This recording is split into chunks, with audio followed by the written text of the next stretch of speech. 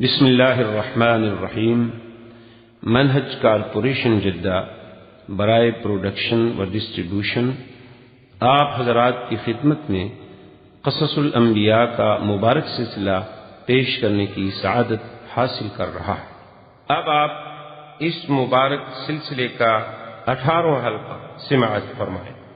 اس لیے میرے عزیز یہ باتیں کرنی بڑی آسان ہوتی ہیں، الزام بھی بڑے آسان ہوتے ہیں۔ میں نے تو دیکھا ہی نہیں وہ علاقہ ہے عند اللہ، میں تو کبھی زندگی میں نہیں گیا، لیکن جو علماء وہاں جاتے ہیں، جو بڑے بڑے ذمہ دار لوگ وہاں جاتے ہیں اور آگے سناتے ہیں، تو ہمیں ماننا پڑتا ہے کہ آج بھی قرآن پاک کی عظمت میں اور قرآن پاک کے احکام میں وہی اثر موجود ہے، لیکن شرط یہ ہے کہ ہم قرآن کو ماننے والے بن جائیں۔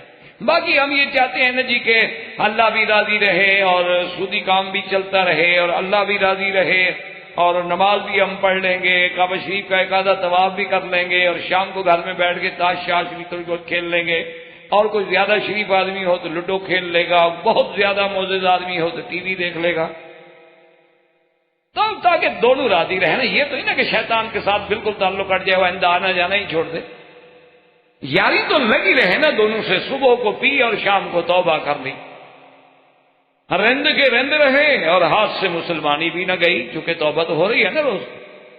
انا للہ و انا الیہ راجعون۔ یہ وہ نفاق ہے جو ہمیں پورے عالم میں ہمیں ذلیل کر چکا ہے۔ قصوہ میں دیکھ لیں، ہرزگوینہ میں دیکھ لیں، جیشان میں دیکھ لیں، کشمیر میں دیکھ لیں، عرب میں دیکھ لیں، اراکان میں دیکھ لیں، مشرقی تیمور میں دیکھ لیں۔ کافروں کا کتا بھی مر جائے تو پوچھا جاتا ہے، مسلمانوں کے بندے بھی مر جائیں تو کوئی پوچھنے والا۔ کیوں؟ آخر اتنی بے وقت ہم کیوں ہو گئے؟ تو سیدنا موسیٰ علیہ السلام کی بہت بڑی عظمت شان، تو چونکہ بالکل آپ کا واقعہ حضور سے ملتا ہے کہ جیسے انہیں فرعون کا مقابلہ، حضور کو بھی فرعون کا مقابلہ، جیسے انہیں دشمنوں نے بھی ستایا اور قوم نے بھی ستایا۔ موسیٰ علیہ السلام کو دونوں طرف سے تکلیفیں پہنچی، قوم فرعون سے بھی اور اپنی قوم بنو اسرائیل سے بھی۔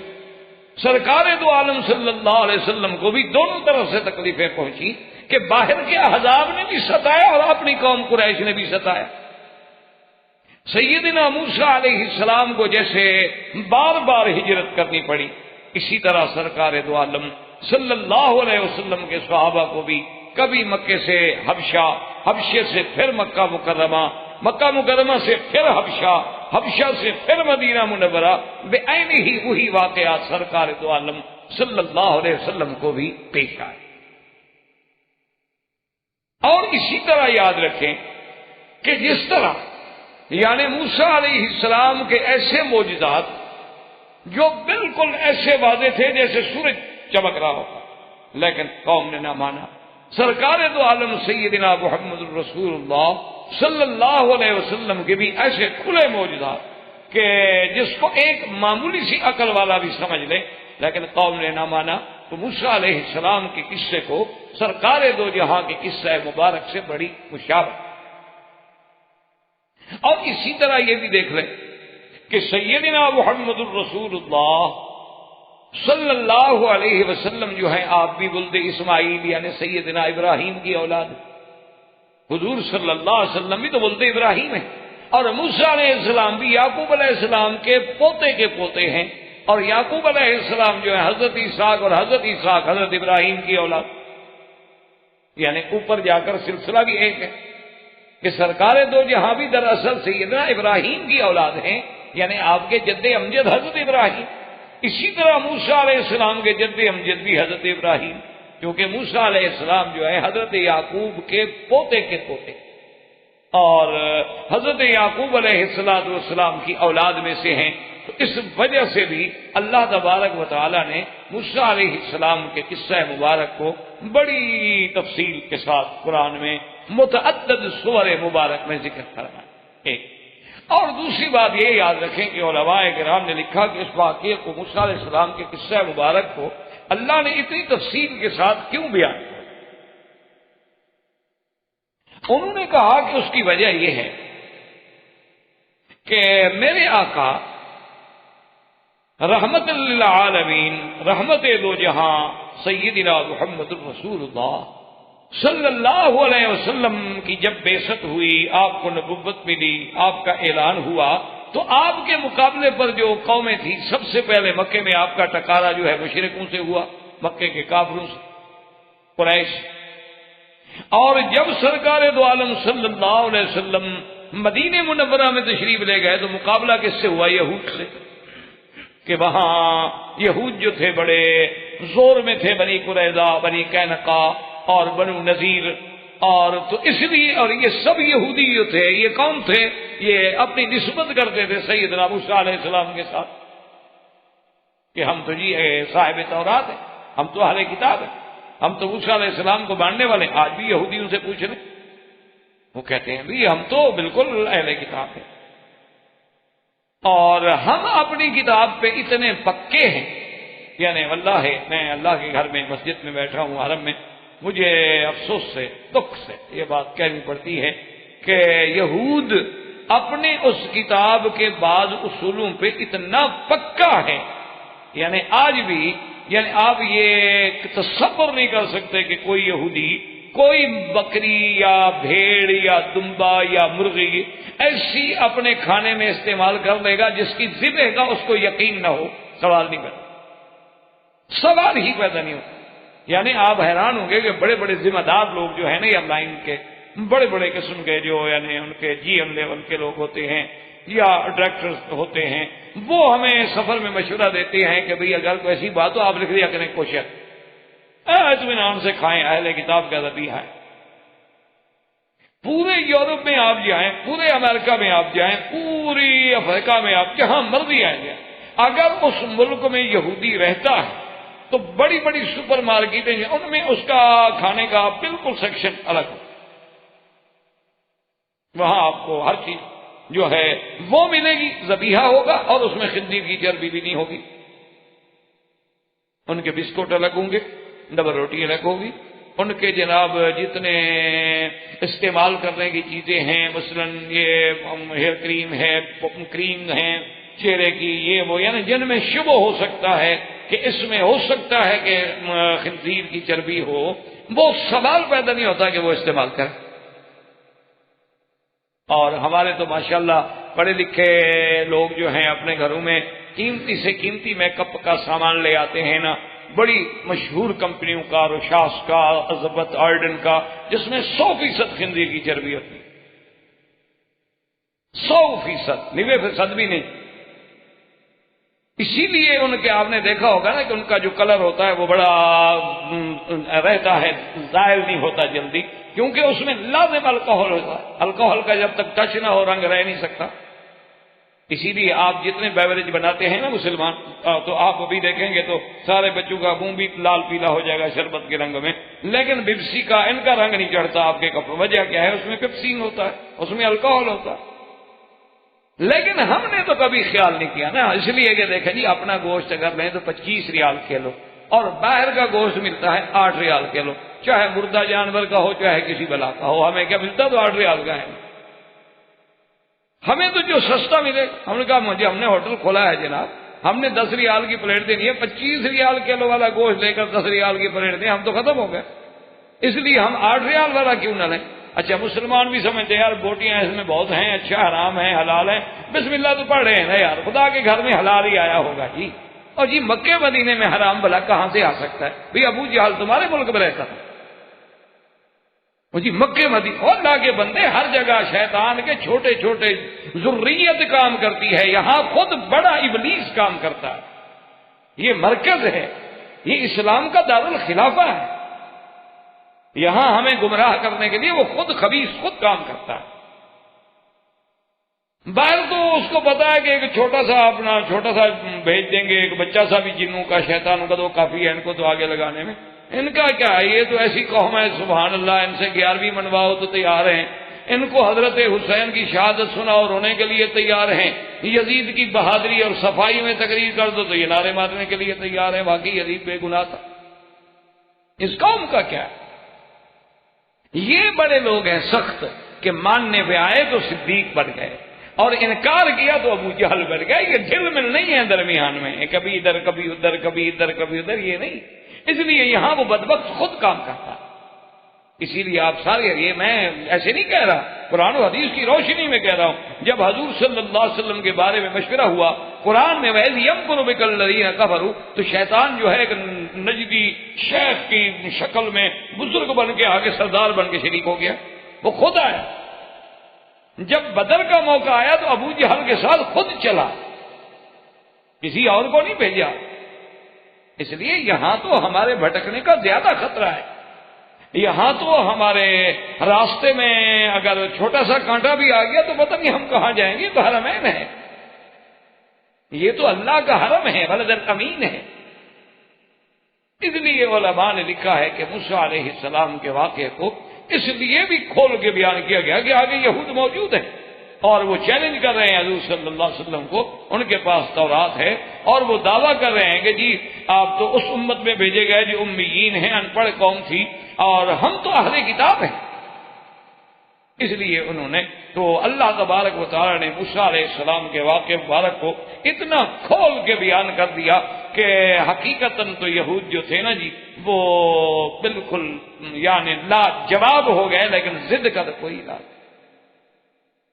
جیسے وہ ایک مثال مشہور ہے، ایک آدمی کہا جی میں لاہور گیا تھا، پورے لاہور کو جھوٹا کر کے آ گیا۔ انہوں نے کہا یار کمال ہے، سارے لاہور والے جھوٹے ہو گئے۔ انہوں نے کہا جب میں نے کسی کی نہیں مانی، بس میں نہیں مانتا تھا کسی کی، سارے جھوٹے ہو گئے، وہ جو کہتے تھے میں نہیں مانتا، تو لہذا لاہور والے سارے جھوٹے ہو گئے، میں ہی سچا رہا نا اکیلا۔ ورنہ حقیقت یہ تھی کہ ایک نبی امی سرزمین مکہ میں پیدا ہونے والے، الذی لا اب لہ ولا ام لہ نشأ فی قوم جہال، یعنی سرکار دو جہاں، یعنی جب پیدا ہوئے تو باپ فوت ہو گیا، 7 سال کے ہوئے ماں فوت ہو گئی، ایسی قوم میں پیدا ہوئے جو قوم جاہل ہے، امی ہے، جس نے ایک لفظ نہیں پڑھا ہوا، لیکن اس کے باوجود وہ ذات جو ہے قدوۃ للعالمین، سارے جہاں کے لیے اور جن و انس کے لیے اللہ تبارک و تعالیٰ اسے قدوہ بنا دے، نمونہ بنا دے، اس سے بڑی شان کیا ہو سکتی ہے۔ اور جب حضور ان کو بیٹھ کے یہ خبر دیں کہ موسیٰ علیہ السلام کا یہ قصہ ہوا، فرعون کے ساتھ یہ ہوا، نبوت ملی یہ ہوا، ہارون علیہ السلام کا یہ واقعہ ہوا، آپ کے باپ دادا بنو اسرائیل نے یہ کیا، تو اب اگر عقل 1 منٹ کے لیے بھی ہو تو ان کو سمجھنے میں دیر لگ سکتی تھی کہ اللہ کا نبی محمد عربی سچا ہے، ورنہ ان کو کیسے پتہ لگے ہمارے باپ دادے کا، ان کو کہاں سے خبر مل گئی؟ اس لیے بھی اللہ تبارک و تعالیٰ نے موسیٰ علیہ السلام کا واقعہ مبارک جو ہے بڑا کھول کر قرآن پاک میں بیان فرمایا۔ اور اسی طرح یاد رکھیں، علماء کرام فرماتے ہیں کہ اس سورۃ القصص میں ابتدائی چند آیتوں میں تو گویا پورے موسیٰ علیہ السلام کے قصہ مبارک کا خلاصہ بیان کر دیا ہے اللہ نے خود بھی، یعنی جیسے پورا واقعہ مبارک ہے نا جی، اس کا پورا خلاصہ جو ہے ابتدائی آیات میں ہو گیا، اور پھر تفصیل جو ہے اللہ نے بعد میں ذکر کرا۔ اس لیے سب سے پہلے اللہ فرماتے ہیں کہ طاسین میم تلک آیات الکتاب المبین نتلو علیک من نبأ موسیٰ وفرعون بالحق لقوم یؤمنون۔ اللہ نے ارشاد فرمایا طاسین میم، یہ حروف مقطعات ہیں، ان کے معانی، ان کے اسرار اللہ کے سوا کوئی نہیں جانتا، اللہ اعلم بمرادہ۔ فرمایا میرے محبوب تلک آیات الکتاب المبین، اور کتاب مبین سے مراد اللہ کا قرآن۔ اور اس کے بعد دیکھیں کتنا شان ہے، فرماتے ہیں نتلو، یہ نون عظمت ہوتی ہے، یاد رکھو یہ لفظ حرف نون جو ہے یہ نون عظمت کہلاتا ہے کہ خدا خود فرمائے کہ میں پڑھتا ہوں، ہم پڑھتے ہیں آپ پر، یہ عظمت شان کی دلالت ہوتی ہے۔ اور جب پڑھنے والا اتنا عظیم ہے تو جو پڑھے گا وہ کتنی عظیم چیز ہوگی۔ جب بات کرنے والا بڑا ہو اور تو بات بھی تو بڑی ہوگی، بادشاہوں کی بات بھی تو بادشاہ کے بعد مقام کی بات ہوگی، اور یہ تو شہنشاہوں کے شہنشاہ کی بات۔ اس لیے جہاں جہاں نون آئے گا یاد رکھیں جیسے اللہ نے فرمایا وَسَنُقْرِئُكَ فَلَا تَنْسَى إِلَّا مَا شَاءَ اللَّهُ إِنَّهُ يَعْلَمُ الْجَهْرَ وَمَا يَخْفَى وَنُيَسِّرُكَ لِلْيُسْرَى، وہاں بھی نون ہے، وَنُيَسِّرُكَ لِلْيُسْرَى، یا جیسے فرمایا اِنَّا نَحْنُ نَزَّلْنَا عَلَيْكَ الْقُرْآنَ، اِنَّا نَحْنُ نَزَّلْنَا، یہاں بھی اللہ فرماتے ہیں کہ نتلو علیک، ہم پڑھیں گے آپ پر محمد مصطفیٰ، ہم نے پڑھا آپ پر کیا، من نبأ موسیٰ وفرعون بالحق لقوم یؤمنون، من نبأ موسیٰ، یاد رکھو نبأ مانا خبر، انباء مانا اخبار، لیکن فرق ہے دونوں میں، نبا اس خبر کو کہتی ہیں جو بڑی اہم خبر ہو، بڑی عظیم خبر ہو، یعنی لفظ خبر جو ہے وہ تو مطلق خبر کے معنی میں ہے اخبار، تو لیکن نبا کا لفظ جو ہے معنی ہوتا ہے بڑی اہم خبر، جیسے اللہ پاک نے فرمایا اما یتسالون عن النبأ العظیم، وہ نبأ العظیم کیا ہے؟ قیامت، جیسے فرمایا قل هو نبأ عظیم، اور کہیں فرمایا ذالک من انباء الغیب، تو انباء مانا، نبا مانا بہت بڑی عظمت والی خبر، اور تلاوت کرنا مانا پڑھنا، اللہ نے فرمایا ہم آپ پہ تلاوت کرتے ہیں، ہم آپ پہ پڑھتے ہیں، ہم آپ کو خبر دیتے ہیں، من نبأ موسیٰ وفرعون بالحق، موسیٰ علیہ السلام اور فرعون کا قصہ جو بالکل سچ ہے، اور یہ خبر ہم آپ کو کیوں دے رہے ہیں؟ لقوم یؤمنون، تاکہ اس قوم کے لیے جو ایمان والے ہیں، جو اللہ رسول کو ماننے والے ہیں، ان کے لیے یہ اخبار، یہ قصہ موسیٰ علیہ السلام جو ہے ہدایت کا ذریعہ بن جائے۔ یہاں اللہ نے آگے فرمایا ان فرعون علا فی الارض وجعل اہلہا شیعا یستضعف طائفۃ منہم یذبح ابناءہم وَيَسْتَحْيِي نِسَاءَهُمْ إِنَّهُ كَانَ مِنَ الْمُفْسِدِينَ، اللہ نے فرمایا کہ میرے محبوب ان فرعون علا فی الارض، فرعون سرکش ہو گیا زمین، اللہ کو یاد رکھے سرکشی کبھی تکبر نہ کریں، ہر گناہ کے لیے معافی کی گنجائش ہے، لیکن جب آدمی تھوڑا سا تکبر کر بیٹھ جائے پھر ٹوٹ جائے، پھر اللہ اس کو نہیں رہنے۔ اور اگر کبھی زبان سے کوئی کلمہ نکل جائے تو فوراً استغفر اللہ استغفار کر دیا، اللہ سے معافی مانگ لی، کیونکہ یہ کبریائی جو ہے نا یہ صرف میرے اللہ کو زیبا ہے، اس لیے فرماتے ہیں العظمت ازاری والکبریاء ردائی، اللہ فرماتے ہیں عظمت بھی میرے لیے ہے، کبریائی بھی میرے لیے، فمن نازعنی، جو ان دو چیزوں میں حصے دار بننا چاہے، خود تکبر کر کے میری صفت میں سے دینا چاہے، فرمایا پھر میں قسم ہوں اس کو توڑ کے رکھ دیتا ہوں۔ اللہ تبارک و تعالیٰ کیونکہ متکبر شان اسی کی ہے، اور کیسے کوئی تکبر کر سکتا ہے؟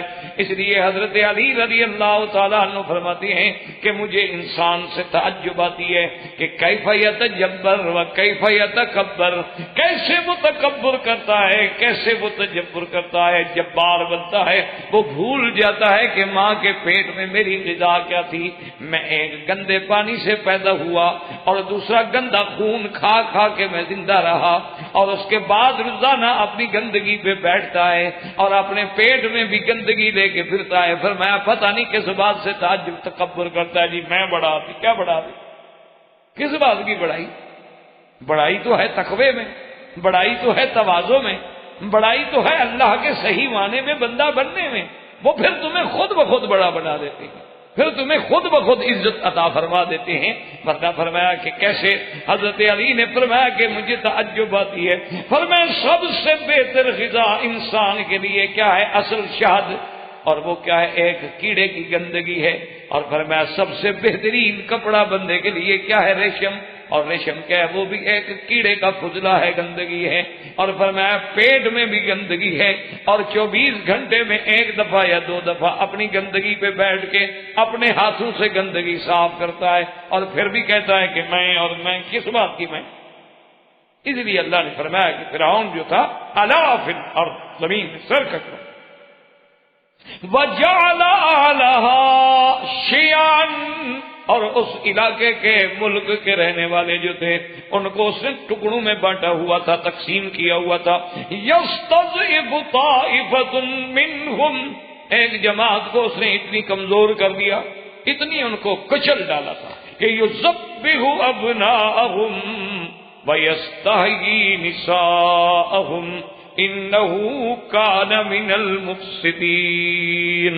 اللہ پاک نے فرمایا کہ وہ کیا کرتا تھا، ان کے بچوں کو، ذکور کو، لڑکوں کو ذبح کر دیتا تھا، ان کی عورتوں کو چھوڑ دیتا تھا، لڑکیوں کو چھوڑ دیتا تھا. وہ تھا بڑے فساد کرنے والوں میں. تو اللہ نے پہلے تو فرعون کے بارے میں ایک مختصر سے آیات مبارک میں گویا پورا خلاصہ، اور اسی طرح دیکھیں کہ بھی فرعون نے یہ کام جو ہے قتل والا کیوں شروع کیا، اس کے بارے میں مفسرین کرام نے اور مؤرخین عظام نے دو باتیں.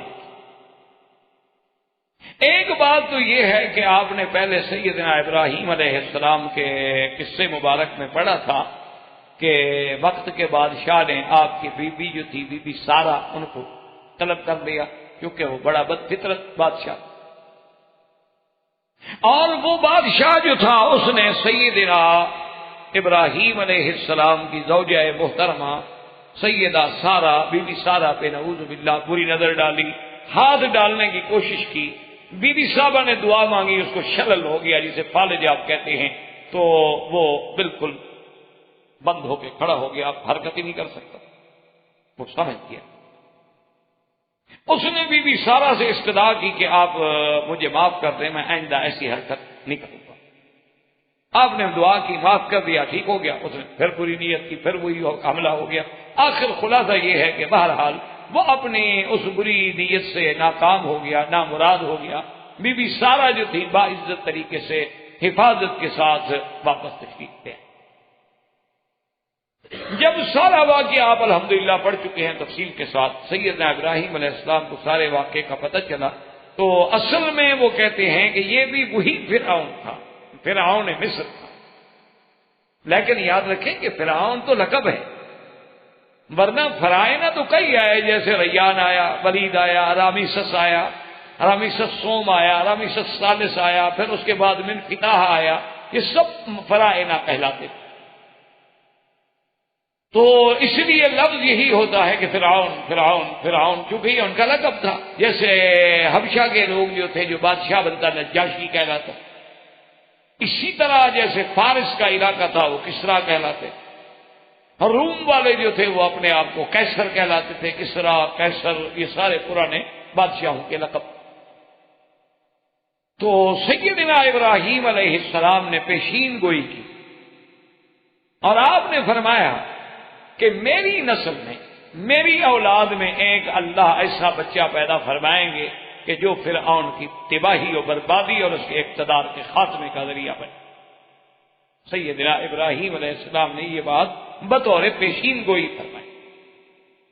اب یہ پیشین گوئی کافی عرصہ گزر گئی، لیکن کتابوں میں آ گئی. چلتے چلتے چلتے وہ فرعون کے پاس پہنچی، تو اس نے اپنے جو اس وقت کے اس کے احبار و رہبان تھے، کاہن تھے، ساحر تھے، منجمین تھے، اصحاب فلکیات تھے، ان کو بلایا کہ بھئی اب کیا کریں.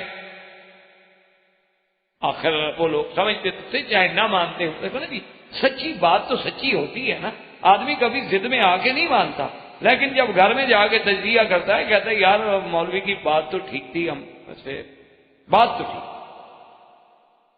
چاہے اس کو بری بھی لگے. لیکن جب گھر بیٹھ کے تجزیہ کرے گا، جب ٹھنڈے دل سے بیٹھ کے اس پہ غور کرے گا، وقتی طور پہ تو اسے لگتا ہے یار میری توہین ہو گئی، مجھے ایسے کہہ دیا گیا. تو لیکن جب گھر میں بیٹھ کے تجزیہ کرتا ہے کہ بھئی بات تو ٹھیک ہے، ہم اگر ایک طرف صحابہ کی زندگی رکھیں، ایک طرف اپنی زندگی رکھیں، تو ہمارا کتنے % اسلام بنتا ہے. کبھی اس پرچے کو بھی تو حل کر دیں گے، ہم کوشش کریں.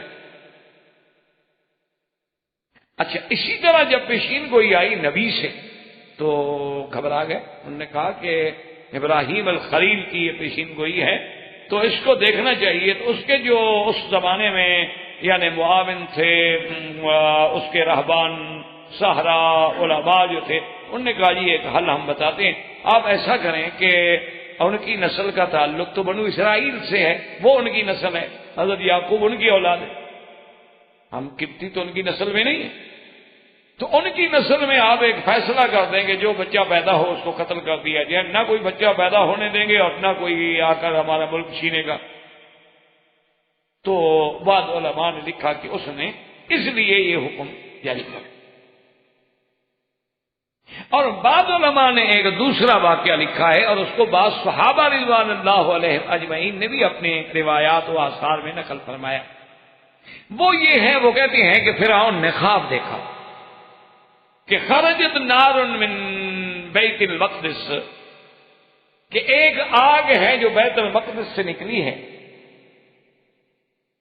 اور اس نے آ کر مصر میں جتنے قبطیوں کے گھر ہیں محل ہیں وہ سب کے سب جلا دیے، لیکن بنو اسرائیل کے جتنے گھر ہیں وہ محفوظ ہیں، ان کو آگ نہیں جلا رہی۔ تو جب اس نے یہ خواب دیکھا وہ گھبرایا، اور اس کے بعد اس نے اپنے اس دور کے جو ان کے راہب تھے، علماء تھے، جو مولوی تھے، پادری تھے، پنڈت تھے، ان کو بلایا، کہا کہ میں نے یہ خواب دیکھا، اس کا کیا کریں؟ انہوں نے کہا کہ جناب اس کا تو اب حل یہی ہو سکتا ہے، یہ علامت ہے اس بات کی کہ بیت المقدس کی جانب سے، یعنی اس طرف سے کوئی ایسا آدمی آئے گا جو قبطیوں کی ہلاکت کا ذریعہ بنے گا، ان کو جلا ڈالے گا اور بنو اسرائیل بچ جائیں گے۔ اس نے کہا اس کا حل کیا ہے؟ اس نے کہا اس کا حل یہ ہے کہ جتنے بنو اسرائیل کے بچے پیدا ہوں ان کو قتل کر دیا۔ تو انہوں نے یہ آرڈر جو ہے جاری کر دیا۔ یہ دو دلائل کا ذکر کیا گیا ہے اپنا، یعنی فرعون کا، جس کو قرآن خود کہتا ہے کہ یذبح ابناءہم، بنو اسرائیل کے بچوں کو ذبح کرتے تھے اور ان کی اور لڑکیوں کو چھوڑ دیتے، زندہ رہنے دیتے۔ اور بعض علماء نے فرمایا کہ اس کی وجہ یہ تھی کہ اس نے چونکہ بنو اسرائیل کو بہت زیادہ عذاب میں مبتلا رکھا، اور جتنے حقیر کام ہوتے تھے، جی روڈ بنانا ہے، سڑک بنانا ہے، صفائی کرنی ہے، حمامات ہیں، گھر کے گندے کام ہیں، وہ سب بنو اسرائیل کریں، اور جتنے معزز کام ہیں وہ سارے قبطی کریں۔ اس وجہ سے اب اس کی جنگیں ہو رہی تھی اپنے دشمن ملکوں سے۔ اس بنا سے بھی بعض علماء نے لکھا کہ ایک سبب یہ بھی اس کے دماغ میں تھا کہ کبھی بنو اسرائیل اتنی طاقت میں نہ آ جائیں کہ میرے دشمنوں سے مل گئی، یہ میرے لیے اندرونی طور پر مشکلات پیدا کر دے۔ چلو ایک تو ان پہ دہشت مسلط رہے گی، اور دوسرا ان کا اتنا اب عدد بڑھنے ہی نہیں دیں گے۔ جب ان کے جوان مارے جائیں گے تو عورتیں کیا کریں؟ تو بعض علماء نے لکھا کہ اس کے دماغ میں ایک بات یہ بھی، اور اسی طرح بعض علماء نے لکھا ہے کہ اس کے دماغ میں دراصل یہ بات بھی تھی کہ جس قوم کے جوان ہی مارے جائیں، عورتیں ہی رہ جائیں، تو پھر اس قوم کا کیا حال ہوتا ہے؟ شوکت ہی ختم ہو جاتی، عزت ہی ختم ہو جاتی، عظمت ہی ختم ہو جاتی، کہ جن کے جوان مار دیے جائیں، صرف عورتیں بچ جائیں، تو اب وہ بیچاری کیا ہیں؟ بے وارث ہیں، ان کے سروں پہ تو کسی کا سایہ ہے نہیں، پھر ان کے ساتھ جو چاہے زیادتی کرتا پھرے۔ اس لیے یہ سارے وسائل، یہ سارے ماحول، یہ سارے حالات پیدا ہو گئے۔ اس لیے فرعون نے آرڈر جاری کر دیا کہ بنو اسرائیل پر نگرانی رکھی جائے، اور روایات میں موجود ہے کہ دایا عورتیں جو تھیں، قوابل جو تھیں، قابلہ جو تھیں، ان کو بھی حکم دیا گیا کہ ہر عورت پہ نظر رکھو، جو عورت حاملہ نظر آئے اس کے ولادت کے وضع حمل کے دنوں کو نوٹ کرو، اور پھر نگرانی کرو کہ اس کے ہاں کیا پیدا ہوا ہے۔ اگر لڑکا پیدا ہو تو قتل کر دو، اور لڑکی پیدا ہو تو چھوڑ۔ اسی کے بعد کچھ روایات یہ آتی ہیں کہ جب متواتر قتل ہو گیا، اب جناب سال میں جتنے بنو اسرائیل کے بچے پیدا ہوں قتل ہو جائے، تو بعض لوگوں نے فرعون سے کہا کہ جی آپ یہ تو کر رہے ہیں، ٹھیک ہے، آپ ایک بچے سے بچنے کے لیے یہ سارا اہتمام کر رہے ہیں، لیکن بنو اسرائیل کی جو قوت ہے، جو عددی قوت ہے، جو مین پاور ہے، وہ بھی تو ختم ہو رہی ہے نا، پھر ہمارے کام کون کرے گا؟ بھئی ان کے بوڑھے تو بوڑھے ہو گئے، وہ تو کام کرنے کے قابل نہیں۔ اچھا، جو جوان ہیں بوڑھے ہوتے جا رہے ہیں، اب جو پیدا ہونے والے ہیں ان کو آپ مار دیتے ہیں، تو پھر ہمارے لیے کون ہوگا جو ہمارے کام کرے؟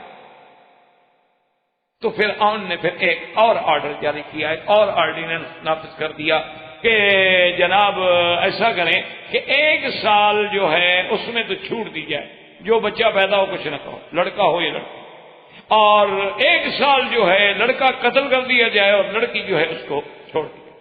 تو اب ایک نیا حکم جاری ہو گیا۔ اچھا خدا کی شان دیکھیں کہ سیدنا ہارون علیہ السلام اس سال پیدا ہوئے جو چھٹی کا سال تھا، لہٰذا ان کو تو کسی نے کچھ نہیں کہا، تعرض ہوا ہی نہیں، ان کو تو ویسے چھوڑنا تھا انہوں نے۔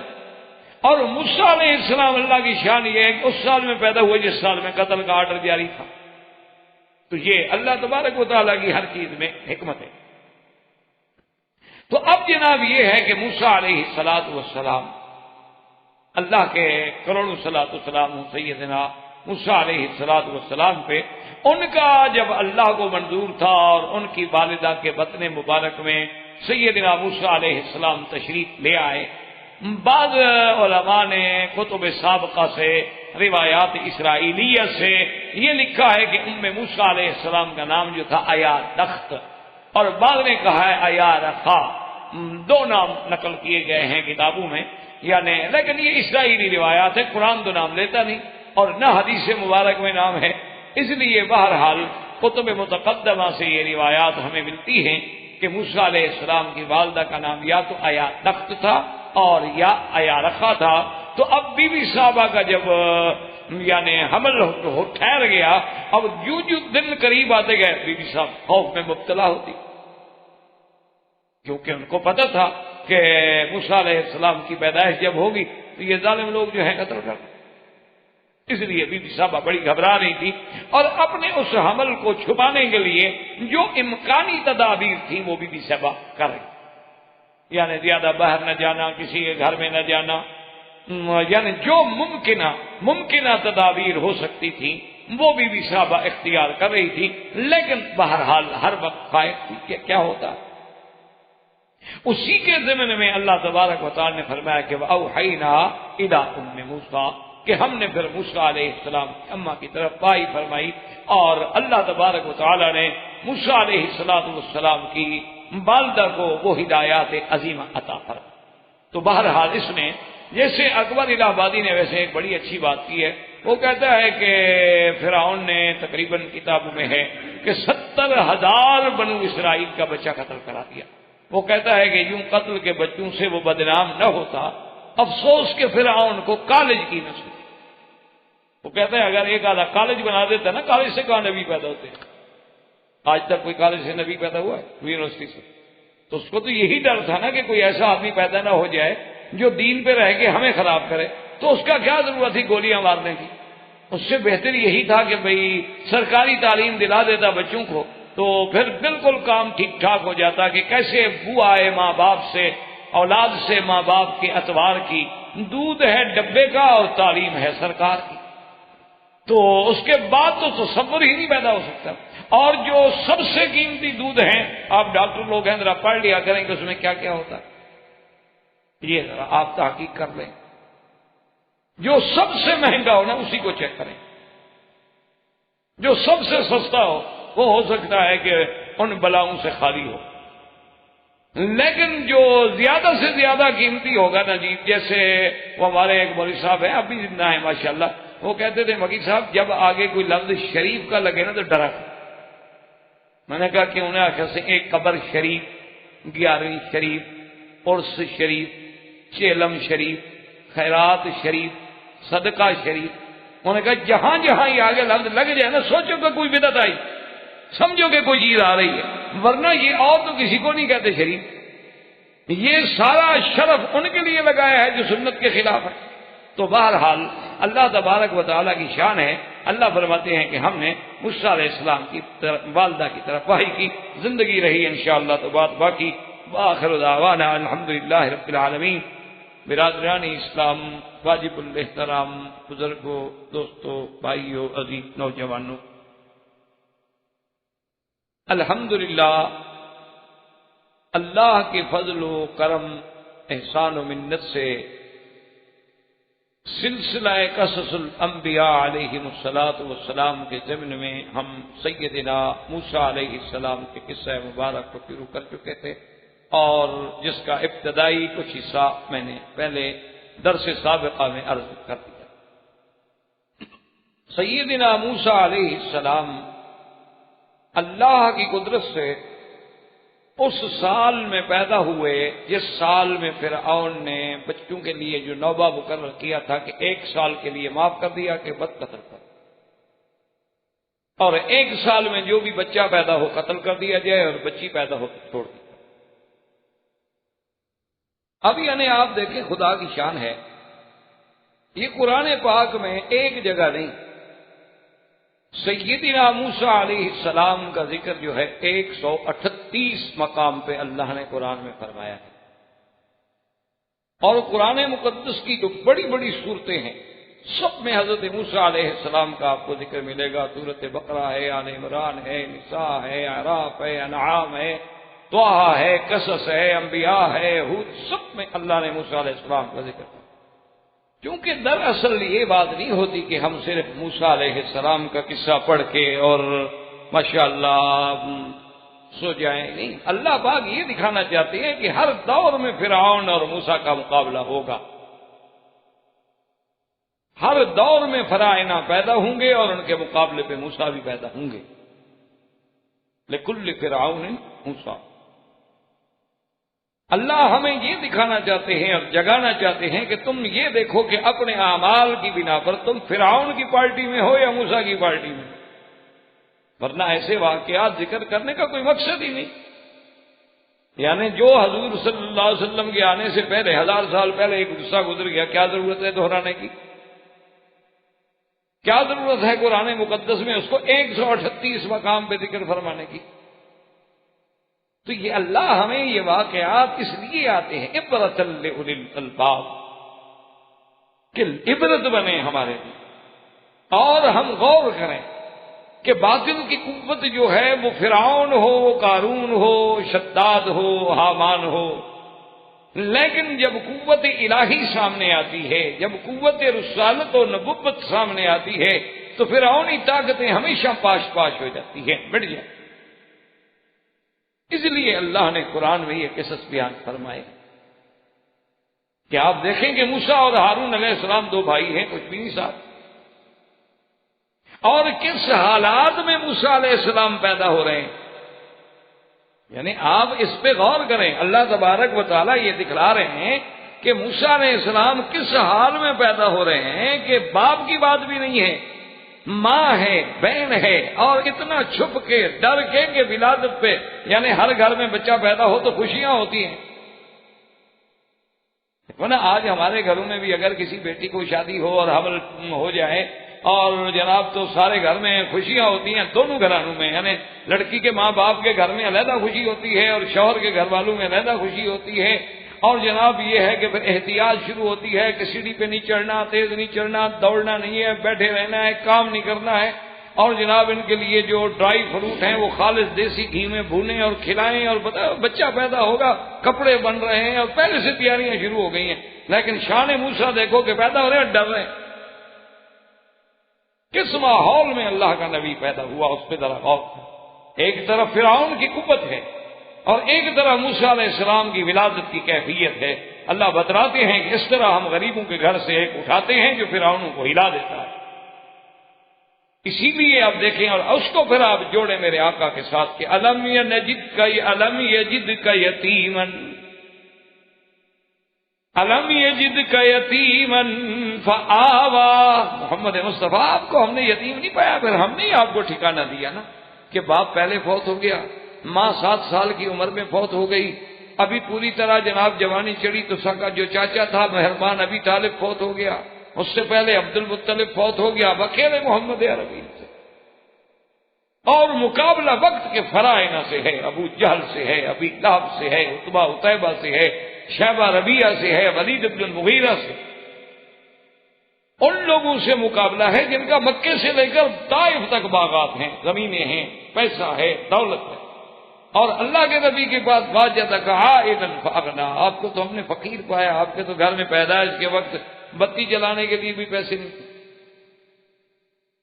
اس لیے دیکھا کریں، قرآن جب پڑھا کریں تو قرآن پاک میں غور کریں، اللہ کے قرآن میں غور و فکر کریں، اللہ تبارک و تعالیٰ کے قرآن کی دعوت کو سمجھیں کہ آخر اللہ ہمیں یہ واقعہ کیوں سنا رہے ہیں بار بار. اس لیے اب قرآن کہتا ہے کہ وَأَوْحَيْنَا إِلَىٰ أُمِّ مُوسَىٰ. یاد رکھیں کہ لفظ وحی جو ہے، ایک تو وحی ہوتا ہے اصطلاحی اور ایک معنی ہوتا ہے اس کا شرعی. بات کو سمجھیں. اصطلاحی جیسے یوں سمجھیں کہ حج کا معنی اگر لغتاً دیکھا جائے تو معنی کیا ہوگا؟ قصد، ارادہ کرنا. لیکن جب اس کا آپ اصطلاحی اور شرعی ترجمہ کریں گے تو یہ ہے کہ خاص مناسک کا، خاص احکام کا، خاص زمانے میں، خاص مکان میں، خاص وقت میں پورا کرنے کا نام حج ہے. تو اسی طرح یاد رکھیں کہ وحی جو ہے، ایک تو وہ وحی شریعت ہے، وحی نبوت ہے، جو اللہ تبارک و تعالیٰ صرف اپنے انبیاء پہ، اپنے رسولوں پہ بھیجتے ہیں. اس کو کہتے ہیں وحی تشریع، وحی شریعت. اور ایک وحی معنی ہوتا ہے لغت کے اعتبار سے، یعنی اللہ نے خفیہ طریقے سے یہ بات کسی کے دل میں ڈال دینا، تو وہ اللہ تبارک و تعالیٰ غیر نبی کو بھی ڈال دیتے. اللہ تبارک و تعالیٰ چاہیں وَأَوْحَىٰ رَبُّكَ إِلَى النَّحْلِ. اللہ شہد کی مکھیوں کو بھی کہتے ہیں کہ ہم نے وحی کی.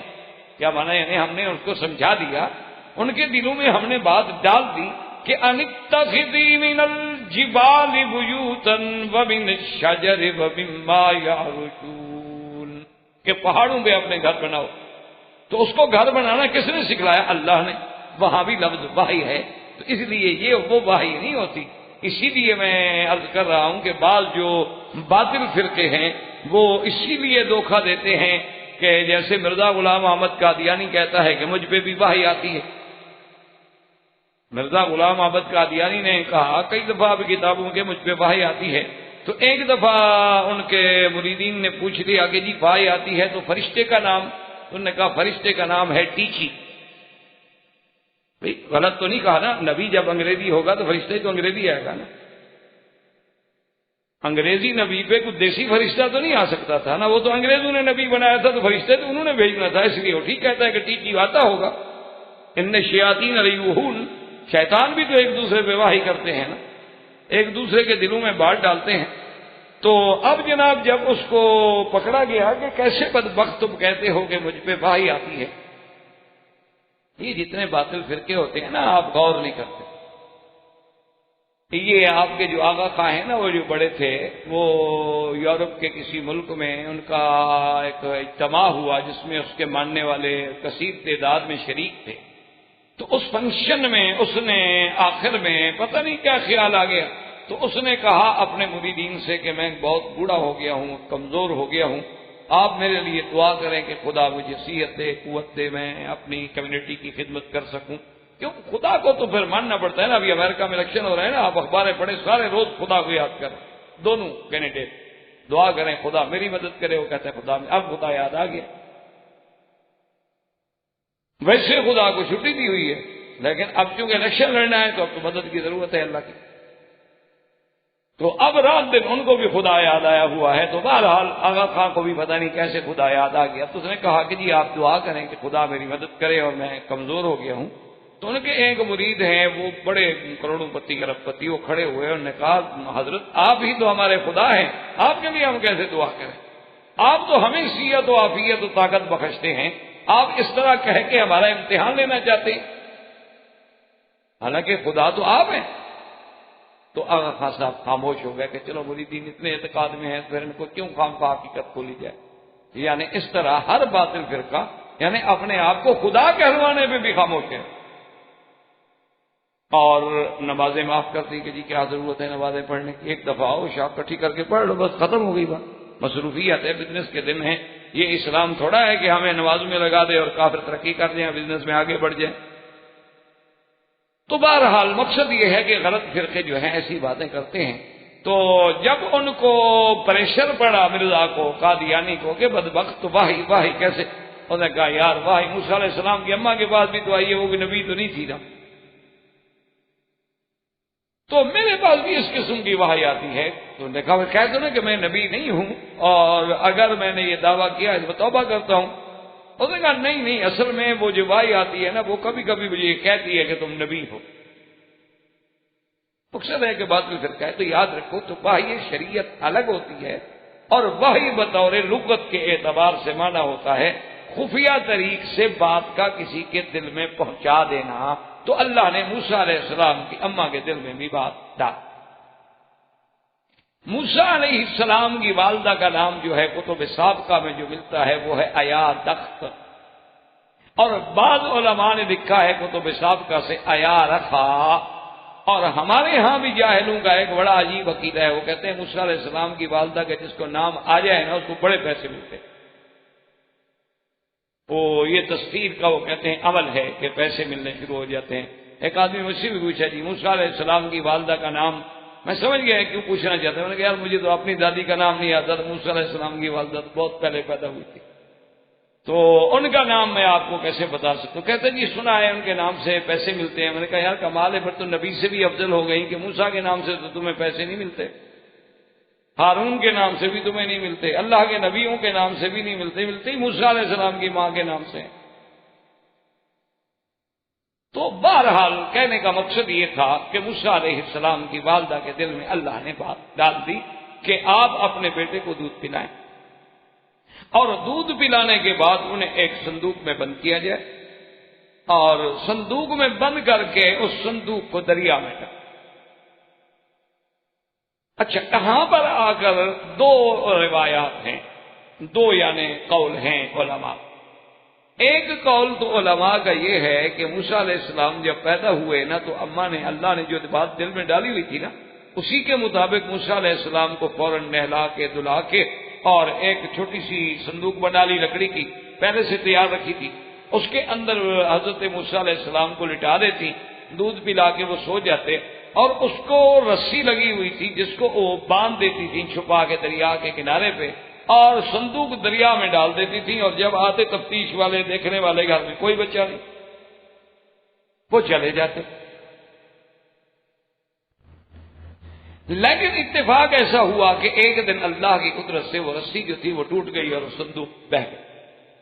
یعنی بعض مفسرین کرام رحمت اللہ علیہم اجمعین نے، کیونکہ قرآن تو ایسی تفاصیل بیان ہی نہیں کرتا، کیونکہ اللہ کے قرآن کا تو یہ اسلوب بیان ہی نہیں ہے کہ وہ ان تفاصیل میں جائے کہ جی بس جو اللہ کا حکم ہے اس کا، اور اکثر مفسرین فرماتے ہیں کہ یہ بات نہیں، بات ایک ہی دفعہ کی ہے کہ انرزعیہ فاذا خفت علیہ فالقیہ فی الیم۔ اللہ نے فرمایا موسیٰ علیہ السلام کی اماں آپ اپنے بیٹے کو دودھ پلانے کے بعد جب خوف محسوس کریں گے، تفتیش والے آ گئے، پولیس آ گئی، چیک کرنے والے آ گئے، فالقیہ فی الیم، آپ ان کو دریا میں ڈال دیں۔ قرآن صرف اتنا کہتا ہے، یہ بھی مفسرین نے روایات سابقہ سے دیا کہ یہ مقصد نہیں کہ بچے کو پکڑ کے دریا میں ڈال دو، مانا تھا کہ صندوق بنا کے ڈالا، کیونکہ آگے روایات یہ کہتی ہیں کہ صندوق کھولا گیا تو مانا یہ ہے کہ ڈالا بھی صندوق میں گیا، قرآن نے اختصار فرما دیا۔ اور دریا سے مراد جو ہے وہ دریائے نیل ہے، یہی مصر کا واقعہ ہے سارا۔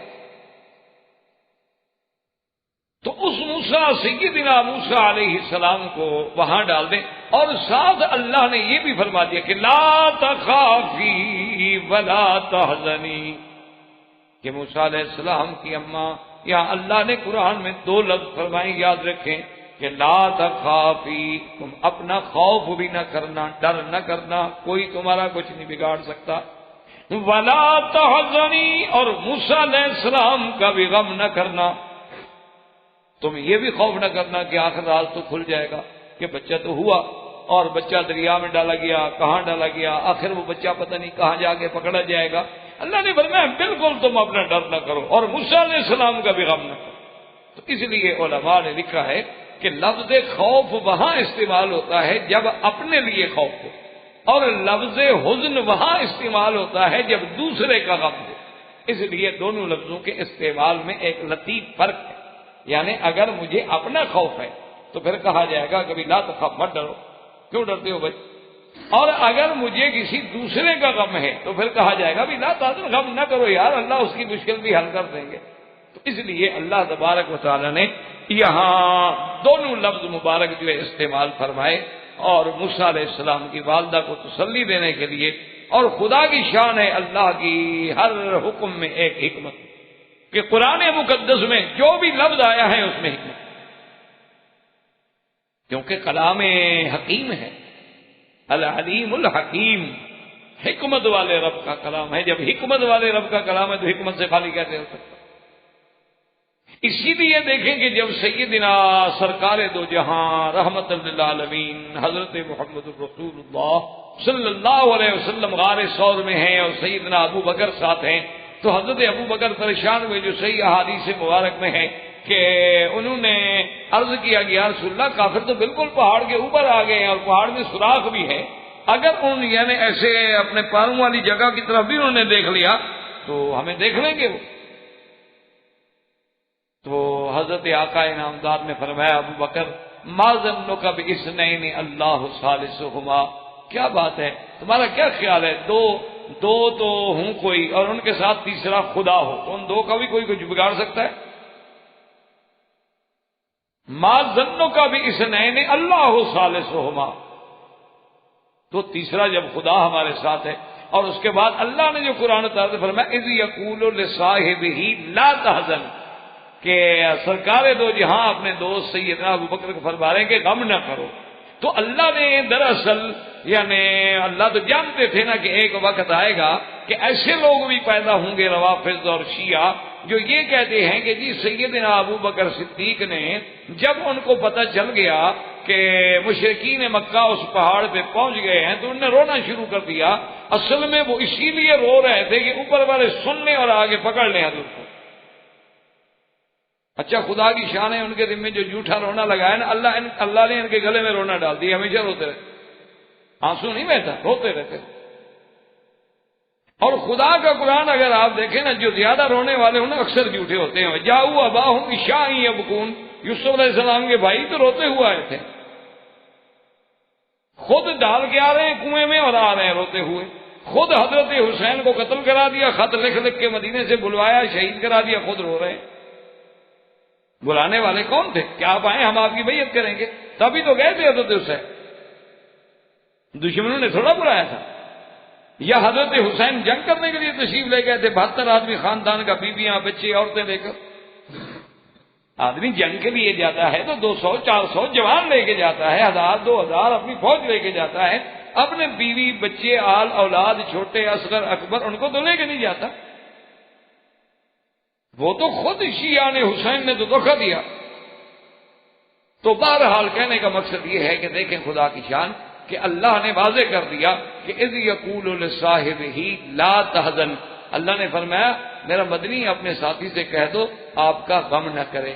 مانا ہوا کہ ابو بکر کو حضور کا ہی فکر تھا، اپنا خوف نہیں تھا. اگر ابو بکر اپنے ڈر کی بات ہوتی تو اللہ لا تخف فرماتے، لا تحزن نہ فرماتے قرآن. تو اس ایک لفظ نے واضح کر دیا کہ صدیق تو حضور کے لیے رو رہے تھے، اپنی جان تو قربان کر چکے تھے. باقی یہ رہا کہ وہ شور مچا رہے تھے کہ کافر سن لیں، ان کافروں نے تو نہیں سنا، انہوں نے پتہ نہیں 1400 سال کے بعد کہاں سے سن لیا. اگر انہوں نے سنا ہوتا تو غار میں اتر نہ جاتے پکڑنے کے لیے، انہوں نے تو نہیں سنا. ان کو رونے کی آواز 1400 سال کے بعد آ گئی. تو اس لیے یہاں یاد رکھیں 2 لفظ ہیں کہ لا تخافی ولا تحزنی. قرآن کی ایک آیت بھی سمجھ آ جائے نا تو سمجھو کہ اللہ کی کروڑ نعمتیں، اور سارا قرآن پڑھ جائے اور ہمیں ایک حرف بھی سمجھ نہ آئے تو پھر اللہ رحمت کرے، پڑھنے کا ثواب تو خیر ہوگا لیکن سمجھنے والی بات تو اور چیز ہے. تو فرمایا کہ تم بھی ڈر نہ کرو، ہم آپ کی بھی حفاظت کریں گے، ہمارے نبی کی ماں ہے، وہ مذاق ہوتی ہے، کوئی چھوٹا مرتبہ ہے. ولا تحزنی، اور موسیٰ کا بھی غم نہ کرو. اچھا اور یہ بھی سنو ہم آپ کو مبارک دیتے انا رادوہ الیک وجاعلوہ من المرسلین، اور یہ بھی ہمارا وعدہ ہے کہ موسیٰ علیہ السلام کو پھر لوٹائیں گے آپ کی طرف. یہ بھی ہمارا وعدہ ہے، یہ نہیں کہ بس اب سمندر میں گیا تو بچ جائے گا، پتہ نہیں پھر آپ کو ملے گا کہ نہیں ملے گا. نہیں، انا رادوہ الیک، اور یہ بھی وعدہ ہے وجاعلوہ من المرسلین، اور آپ کے بیٹے کو ہم نبی بنائیں گے، رسول، اتنی شان دیں گے آپ، کوئی فکر نہیں. تو اب جناب موسیٰ علیہ السلام کی اماں نے ڈال دیا، اور ڈالنے کے بعد جو ہے وہ اللہ کے قرآن نے تو بالکل اختصار سے اپنا فرمایا کہ فَالْتَقَطَهُ آلُ فِرْعَوْنَ لِيَكُونَ لَهُمْ عَدُوًّا وَحَزَنًا إِنَّ فِرْعَوْنَ وَهَامَانَ وَجُنُودَهُمَا كَانُوا خَاطِئِينَ۔ اللہ نے فرمایا کہ آل فرعون نے پھر اس کو ڈھونڈا، فَالْتَقَطَهُ آلُ فرعون۔ اور مفسرین کرام نے لکھا ہے کہ خدا کی شان ایسی ہوئی کہ موسیٰ علیہ السلام کو جب دریائے نیل میں ڈالا گیا تو دریائے نیل سے آگے انہوں نے ایک نہریں بنائی ہوئی تھی بطور خاص، جو فرائنا کے جو بڑے بڑے محل تھے نا، ان محلوں کے آگے سے کچھ نیچے سے وہ نہریں گزرتی تھی جبال اور خوبصورتی کے لیے۔ تو یہ صندوق اسی نہر میں آ گئی جو فرعون کے گھر میں جاتی تھی، اور وہاں سے جانے کے بعد آگے جو فرعون کے محل کا اپنا سوئمنگ پول تھا، یہ پرانی فرعون کی رسمیں ہیں سوئمنگ پول وغیرہ کی، ورنہ مسلمانوں نے نہانا ہو تو جھیلیں بھی ہیں، نہریں بھی ہیں، دریا بھی ہیں۔ یہ جو سسٹم ہے نا، یہ وہی فرعونی سسٹم ہے، یہ آج کی بات نہیں ہے۔ جیسے چھری کانٹا پہلے پڑھ نہیں چکے یوسف علیہ السلام کے قصے میں، ٹیبل پہ بیٹھ کے کھانا کھانا، متکئن وآتت کل واحدۃ منہن سکینا، ہر کسی کو چھری پکڑوانا، ٹیبل لگا کے کرسی لگا کے کھانا کھانا۔ اسی طرح گھر میں سوئمنگ پول کا ہونا، مشاتائیں رکھنی، یہ بیوٹی پارلر کھولنا، یہ سب فرعونی تہذیب ہے اس وقت کی، آج کی نہیں ہے۔ ہم تو ان کے پیروکار ہیں، ہم تو نیاز مند لوگ ہیں۔ کبھی ہم فرعون کے تہذیب کے پرستار ہیں، کبھی ہم یونان کی تہذیب کے پرستار ہیں، کبھی ہم رومن امپائر کی تہذیب کے پرستار ہیں، اور نہ ملے تو پھر گئے گزرے انگلستان تو ہے ہی ہے۔ ہمارا قریبی جو مربی ہے، تربیت دینے والا، وہ تو انگلستان ہے۔ اس لیے بہرحال تو اب جناب وہ جب صندوق آئی تو قرآن کہتے ہیں فَالْتَقَطَهُ آلُ فِرْعَوْنَ، آل فرعون نے اس کو پکڑا۔ اس لیے بعض علماء کہتے ہیں کہ آل فرعون سے مراد یہ ہے کہ فرعون کی لڑکی وہاں تھی سوئمنگ پول پہ، تو اس نے پکڑا کہ یہ صندوق ہے، ہمارے گھر میں صندوق کیسے آ گیا، ابھی پکڑو پکڑو پکڑو۔ حالانکہ یہ بات نہیں، آل فرعون سے یاد رکھو، آل سے مراد صرف اولاد نہیں ہوتی، آل سے مراد اولاد بھی ہوتی ہے اور اتباع بھی ہوتے ہیں، یعنی جو ان کے طریقے پہ چلنے والا ہے سب اس کی آل ہے۔ اسی لیے قرآن کہتا ہے کہ ادخلوا آل فرعون اشد العذاب، اور اس سے پہلے قرآن کیا کہتا ہے اغرقوا فادخلوا نارا، کہ جب ہم نے ان کو غرق کر دیا تو اسی وقت ہم نے ان کو آگ میں ڈال دیا، یعنی عالم برزخ قبر کا عذاب شروع ہو گیا نا۔ النار یعرضون علیہا غدوا وعشیا، صبح و شام ان کو جہنم کی آگ پہ پیش کیا جاتا ہے۔ وَيَوْمَ تَقُومُ السَّاعَةُ أَدْخِلُوا آلَ فِرْعَوْنَ أَشَدَّ الْعَذَابِ، اور قیامت والے دن اللہ حکم دیں گے کہ آل فرعون کو سخت عذاب جہنم میں ڈال دو۔ تو یاد رکھو آل کا معنی ہوتا ہے اتباع، تو جو فرعون کے طریقے پہ چلنے والے تھے سب آل فرعون، اس سے مراد صرف اس کی اولاد نہیں، ورنہ تو یہ ہے کہ جہنم میں صرف فرعون کی اولاد کو ڈالا جائے گا اور باقی جو ماننے والے ہیں ان کو چھوڑ دیا جائے، نہیں یہ بات۔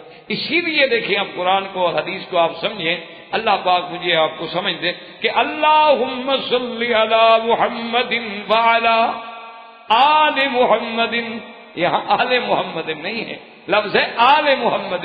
اللہ نے ایسا کرم کر دیا کہ اللہ نے فرمایا کہ اللہ کے نبی پہ بھی اور نبی کی اتباع کرنے والے، کلمہ پڑھنے والے جو قیامت ہے ان سب پر بھی رحمت۔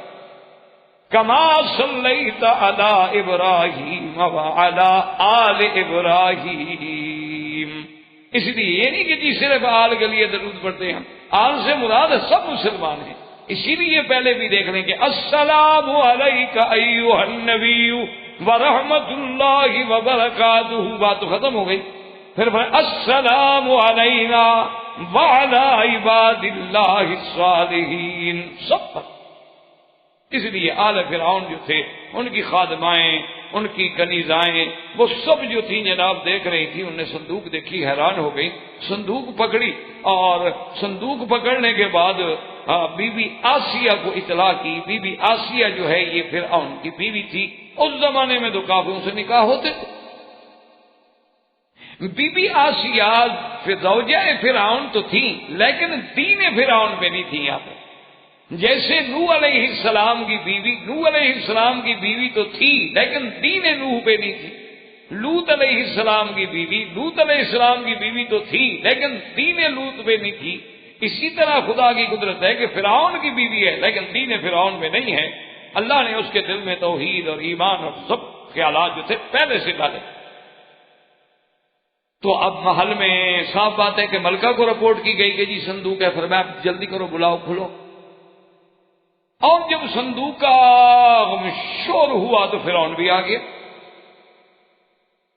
فرعون خود بھی آ گیا کیونکہ اس کے محل کا ایک واقعہ تھا. وہ تو پورے محل میں شور ہو گیا نا جی، صندوق پکڑی گئی اور صندوق پکڑی گئی اور صندوق دریا سے نہروں میں آئی اور نہروں سے ندی نالوں میں جاتی اور وہ تو ہمارے محل کے سوئمنگ پول میں آ گئی، تو حوض میں آ گئی.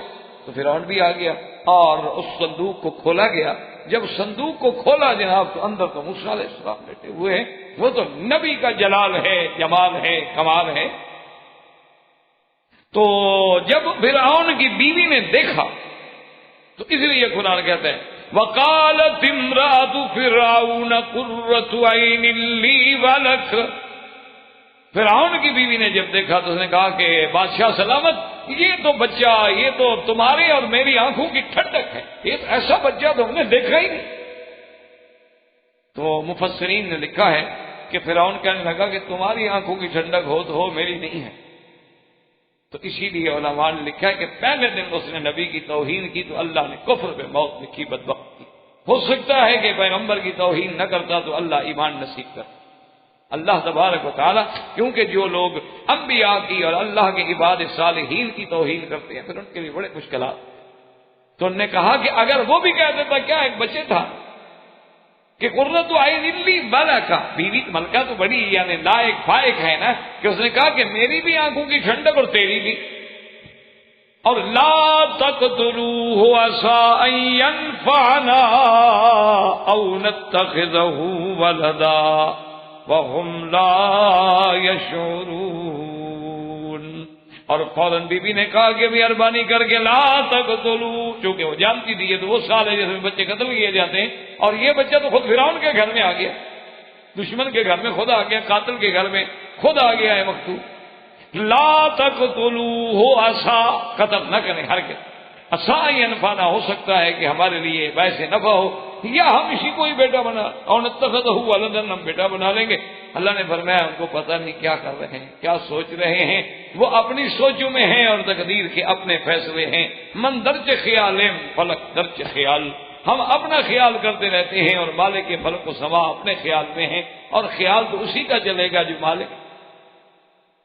اب قرآن کہتے ہیں وَأَصْبَحَ فُؤَادُ أُمِّ مُوسَىٰ فَارِغًا إِن كَادَتْ لَتُبْدِي بِهِ لَوْلَا أَن رَّبَطْنَا عَلَىٰ قَلْبِهَا لِتَكُونَ مِنَ الْمُؤْمِنِينَ. اللہ پاک فرماتے ہیں کہ اب موسیٰ علیہ السلام کی ماں پہ کیا گزری. آپ خود تصور کریں نا کہ بیٹا ہو، اپنے ہاتھوں سے آدمی صندوق میں ڈال کے دریا میں ڈال دے تو ماں پہ کیا گزری. اللہ نے فرمایا اگر ہم نے اس کے دل کو نہ تھام لیا ہوتا نا، وہ تو کھل کے بات کہہ دیتی، رو پڑتی فراق میں کہ میرا بیٹا ہے، میرا بیٹا ہے، کہاں گم ہو گیا، بھاگ پڑتی. لیکن ربطنا علی قلبہا، ہم نے اس کے دل کو باندھ دیا. اس لیے علماء فرماتے ہیں کہ یہ درجات ہیں. پہلا درجہ ہوتا ہے انابت کا، وَأَنِيبُوا إِلَىٰ رَبِّكُمْ، اور دوسرا درجہ ہوتا ہے ہدایت کا، اور تیسرا درجہ ہوتا ہے استقامت کا، اور چوتھا درجہ ہوتا ہے ربط کا کہ اللہ تبارک و تعالیٰ پھر جس پہ راضی ان کے دلوں کو خود تھام لیتے ہیں، ان کو پھر خود کنٹرول کر لیتے ہیں کہ ان سے پھر کوئی غلط بات ہونی نہیں، ان سے بے صبری کا کلمہ نکلنے ہی نہیں. اس لیے بی بی صاحبہ نے صبر کیا اور فرمایا وَقَالَتْ لِأُخْتِهِ قُصِّيهِ فَبَصُرَتْ بِهِ عَنْ جُنُبٍ وَهُمْ لَا يَشْعُرُونَ. بی بی نے حضرت موسیٰ علیہ السلام کی بہن سے کہا کہ بیٹی جاؤ اپنے بھائی کا پتہ بتاؤ. کسی ہے کا ہمارا کیا ہوتا ہے بھئی اسی آثار میں جدھر ہم نے صندوق ڈالی ہے اور پانی بہ رہا ہے، لازمی بات ہے کہ صندوق ادھر نیچے ہی جائے گی، تو تم ذرا وہی راستہ لے کے نیچے چلی جاؤ ڈھونڈتی جاؤ، پتہ لگ جائے گا موسیٰ علیہ السلام کا۔ چلو کچھ تو تسلی ہو، کچھ تو ہم اپنی طرف سے کوشش کریں۔ یہاں بھی اللہ نے قرآن میں بی حضرت موسیٰ علیہ السلام کی بہن کا بھی نام لے دیا، لیکن بعض مفسرین فرماتے ہیں کہ ان کا نام ام کلثوم تھا۔ لیکن بہرحال قرآن کی تو یہ سنت اللہ ہے کہ قرآن عورتوں کے نام نہیں لیتا الا مریم، کیونکہ عیسیٰ علیہ السلام کا کیونکہ ولادت ہی بغیر باپ کے ہوئی تھی تو قرآن نے وہاں صرف نام لیا ہے، جس سے اشارہ ملا ہے کہ عورت کے صرف وجود کا پردہ نہیں ہوتا، عورت کے نام پر بھی پردہ۔ اسی لیے علماء کا حکم ہے کہ کبھی بھی اپنی عورت کو نام لے کے نہ پکارا کر۔ آج کل تو خیر رواج یہی ہے نا جی، نام لے کے ہی پکارا جاتا ہے، اسی لیے تو نام الٹے پلٹے رکھتے۔ میں نے شاید پہلے بھی آپ کو ایک لطیفہ سنایا تھا کہ نہیں، میرا اپنا ایک دوست ہے، مولوی ہے، خطیب ہے، بہت بڑا معروف آدمی ہے ماشاءاللہ، بہرحال نام تو میں نہیں لیتا تھا کہ غیبت میں شمار نہ ہو جائے۔ تو وہ حج پہ اتفاق سے آئے ہوئے تھے، میرے دوست ہیں ماشاءاللہ، ان کی بڑی مہربانی ہے۔ تو وہ عشاء کی نماز کے بعد تو میں نے اس سے کہا کہ آج میں آپ کو چائے وائے پلاتا ہوں، بیٹھے بیٹھ جائیں گے ذرا اس بہانے سے تھوڑا سا باتیں کر لیں گے۔ تو ہم ہوٹل کی طرف جا رہے تھے کہ کسی ہوٹل میں بیٹھ جاتے ہیں، حج کا رش ہے تو کہیں بھی جہاں موقع ملے گا کہ تھوڑا رش کم ہو تو چائے پلا دوں۔ تو اس نے چلتے چلتے کہا کہ مکی صاحب آج ہی میں نے فون کیا تھا گھر میں، تو میرے گھر میں لڑکی اللہ نے دی ہے، بچی پیدا ہوئی ہے میرے گھر میں، اس کے لیے کوئی نام بتائیں۔ میں نے کہا یار تم آپ مولوی آدمی ہو، کوئی ہے اس میں کون سا مشکل ہے؟ ہمارے لیے دوبارہ لیے سیدہ عائشہ کا نام ہے، سلمہ ہے، ام حبیبہ ہے، بی میمونہ ہے، ماریہ قبطیہ ہے، سیدہ خدیجہ ہے، بی بی سودا ہے، اتنے بڑے نام ہیں، ہمارے لیے کیا کمی ہے، کوئی نام رکھ لو۔ تو وہ جناب بڑے اس سے کہنے لگا کہ وکیل صاحب آپ کو پتہ نہیں ہے کہ آپ کی بھابھی جو ہے وہ بڑی ماڈرن ہے، تو ماڈرن نام بتائیں، یہ تو آپ مولوی والے نام بتا رہے ہیں۔ تو میں نے کہا پھر مونالیزا رکھ لو۔ وہ ناراض ہو گیا، میں نے چائے نہیں پیتا جی، آپ نے میرے اوپر طنز کیا۔ میں نے کہا اب کیا کروں، آخر کیا خدا بندہ ہے، تیرے سادہ دل بندے کدھر جائیں کہ درویشی بھی عیاری اور سلطانی بھی عیاری، تو آخر میں کیا کروں، میرے پاس کیا حل ہے؟ میں نے تمہیں اتنے پیارے نام بتائے اور تم کہتے ہو کہ نہیں ماڈرنائز قسم کا نام ہو۔ آج کل تو خیر کمپیوٹرائز نام ہو جائیں گے، ماڈرن سے بھی ہم آگے چلے گئے۔ آج کل تو نام پوچھنا ہو مولوی کی بھی ضرورت نہیں، انٹرنیٹ پہ ڈال دو، شام تک ناموں کی لائن لگ جائے، جتنے مرضی آئے نام رکھو۔ کہتے کہ پھر یہ کوئی ضروری تھا کہ آپ ایک کافرہ کا نام دیں؟ میں نے کہا نہیں کافرہ کا نام نہیں ہے، تو تخیل ہے، مونالیزا کا بھی ہے، اس کی مسکراہٹ کا تخیل ہے، واقعی کوئی نہیں ہے، حقیقت ہی کوئی نہیں، وہ تو ایک محض تخیل ہے، قوم کو بے وقوف بنایا گیا، پاگل بنایا گیا، پینٹنگ چوری ہو گئی، فلاں ہو گیا، یہ ہو گیا، غضب ہو گیا، اب اس کا کوئی سرے سے وجود ہی نہیں ہے، وہ ایک تخیل تھا شاعر کا، بیٹھے بیٹھے اس نے بنا ڈالا تھا۔ تو بہرحال وہ جانے، ان کا کام جانے۔ تو اللہ پاک نے قرآن میں نام نہ لے کر یہ حکم دیا ہے، اور فقہا لکھتے ہیں کہ گھر میں آدمی اس کو بلائے تو اس کے باپ کے نام کے ساتھ یا بنت فلان، اور پھر جب اس کا بچہ ہو جائے تو بچے کی ماں، فلاں کی ماں، اس نسبت سے بلایا جائے، نام نہ لیا جائے، کیونکہ کبھی کبھی غلط لوگ جو ہیں نام سن کر بھی اسکینڈل بنا لیتے ہیں۔ اللہ تبارک و تعالی ہر مسلمان کی بچی کو محفوظ رکھیں۔ تو اسلام کی یہ سبق ہے، ہدایت ہے۔ اسلام کہتا ہے نام باہر نہ نکالو، اور ہم جناب 6 فٹ کی لاش باہر نکال کے بھیج دیتے ہیں، اب کیا ہوگا؟ اب اللہ حافظ ہے، اور تو کوئی علاج نہیں۔ بازار سے گوشت لینا ہو تو کبھی 1 کلو لے کر ڈاکٹر صاحب بھی ہاتھ پہ رکھ کے نہیں نکلیں، لیکن یہ جو 6 فٹ کی لاش ہے، اتنا بڑا گوشت ہے، بغیر کپڑے کے باہر پھر رہا ہے، اس پر کوئی نہیں کوئی چیل جھپٹے گی۔ اللہ کے بندے بس یہ ہے، ایک وقت آئے گا آپ دیکھیں گے کہ اسلام جو کہتا ہے وہ حق، دشمن کو بھی ماننا پڑے گا، کافر کو بھی ماننا پڑے گا، اعتراف کرنا پڑے گا، یعنی قیامت کے آنے سے پہلے اسلام کی حقانیت ماننی پڑے گی۔ تو بہرحال بیٹی تلاش کرتے کرتے چلی گئی، چلتے چلتے چلتے چلتے اب تو شورا ہو گیا تھا نا جی کہ بھئی ایک بچہ ہے صندوق میں تھا اور فرعون کے گھر میں پہنچا ہے، اب دیکھو کیا ہوتا ہے، قتل ہوتا ہے، بچتا ہے، تو کہانیاں بن گئی۔ تو بی بی کو بھی پتہ لگ گیا، بی بی پہنچ گئی۔ قرآن کہتے فَبَصُرَتْ بِهِ عَنْ جُنُبٍ، دور سے کھڑے ہو کر کنارے سے دیکھا کہ ہے تو میرا بھائی، ہے تو موسیٰ علیہ السلام، بہن کیسے اپنے بھائی کو نہ پہچان؟ وَهُمْ لَا يَشْعُرُونَ، اور ایسے انداز سے دیکھا کہ وہ نہ سمجھیں کہ بھی اس کا کوئی تعلق ہے، اس کا کوئی تعلق معلوم ہوتا ہے۔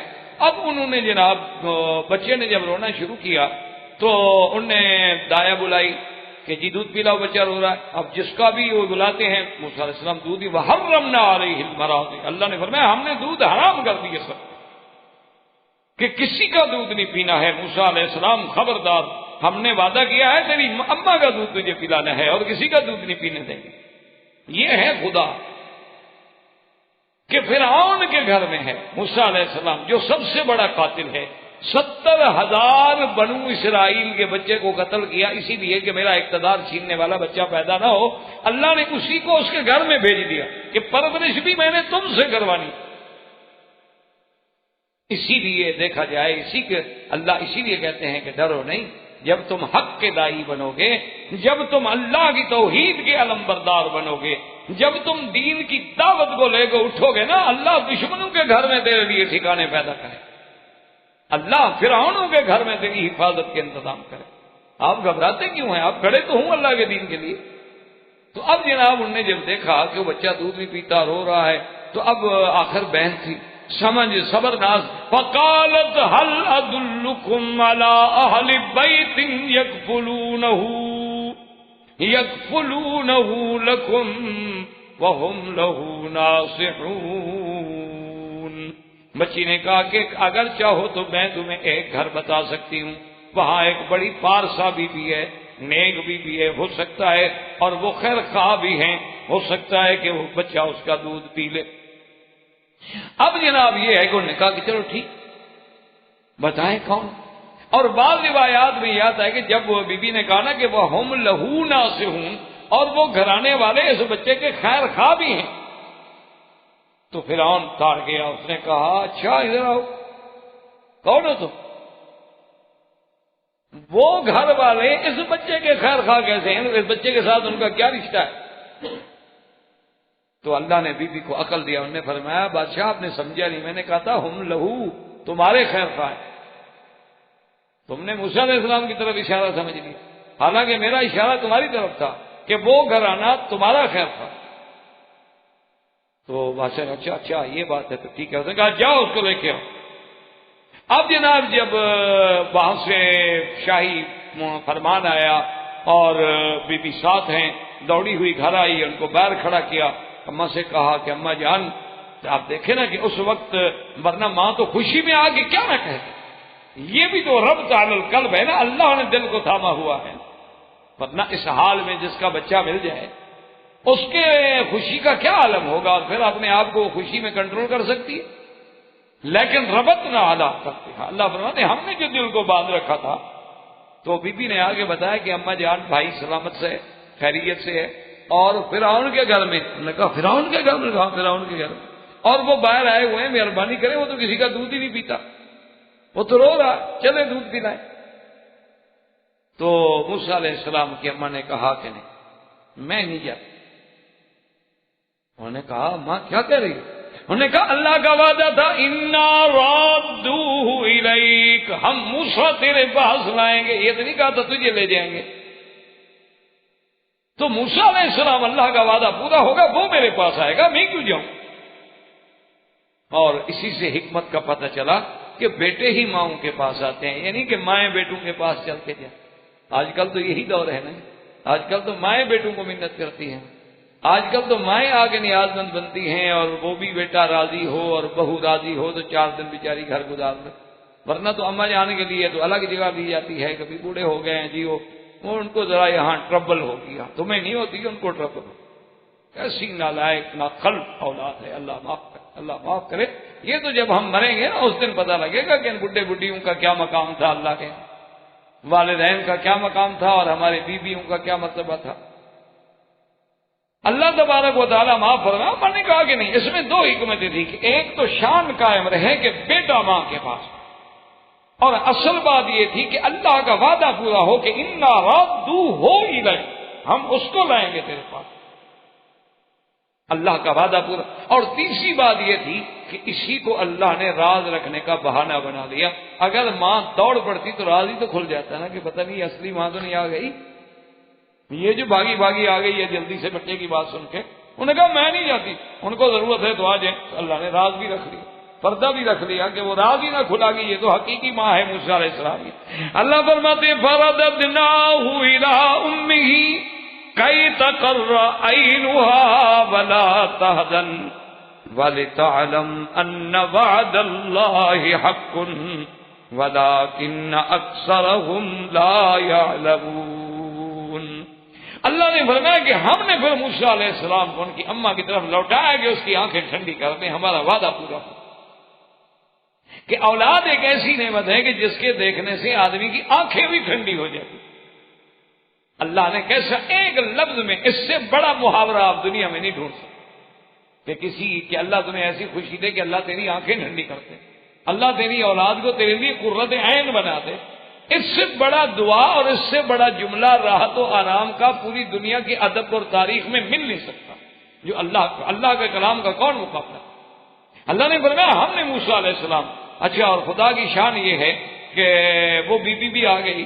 انہوں نے کہا بی بی آزن کا کیا بات ہے آ کے؟ انہوں نے کہا جی نہیں، وہ بی بی کہتے میں تو نہیں آتی، آپ نے دودھ پلانا ہے تو بچے کو بھیج دیں. انہوں نے کہا چلو بچہ رو رہا ہے بھی بھیجو، بچے کو بھیج دیں. اور اس نے کہا کہ جناب اس کا کیا ہوگا؟ اس نے کہا جی آپ اس سے کہہ دیں ہم انعام و اکرام سے تمہارا گھر بھر دیں گے، تمہارا مہینے کا اتنی تنخواہ، تمہارا یہ بونس، تمہارے یہ لنچ، تمہارے لیے سواری، تم تو ہمارے بچے کی ماں ہو. اب تو یہ ہمارا بچہ ہے، ہم نے موسیٰ کو بچہ بنا لیا ہے. تو اللہ نے فرمایا دیکھو ہم جب راضی ہوتے ہیں نا تو ماں کو بیٹا بھی ملا دیتے ہیں اور ماں اپنے بیٹے کو دودھ بھی پلائے اور پیسے بھی دے. فرمایا جب ہم راضی ہونے پہ آ جاتے ہیں تو ہم پھر اس طرح دیتے ہیں کہ ماں اپنے بیٹے کو دودھ پلا رہی ہے اور پلانے کے پیسے بھی ساتھ دے رہی. دونوں نعمتیں ہم نے دے دی کہ ہم نے موسیٰ علیہ السلام کو ماں کی گود میں بھیجا تاکہ ان کی آنکھوں کی ٹھنڈک بنے اور غم ختم ہو. اور وَلِتَعْلَمْ أَنَّ وَعْدَ اللَّهِ حَقٌّ، اور وہ یقین پختگی پہ پہنچ جائے کہ اللہ کا وعدہ حق ہے، اللہ کا وعدہ سچا ہے، اسے کوئی نہیں پھیر سکتا. لیکن وَلَٰكِنَّ أَكْثَرَهُمْ لَا يَعْلَمُونَ، افسوس یہ ہے کہ اکثریت جو ہے وہ یہ بات نہیں جانتی کہ اللہ کا وعدہ حق ہے اور اللہ کا فرمان جو ہے وہ کبھی غلط نہیں ہو سکتا.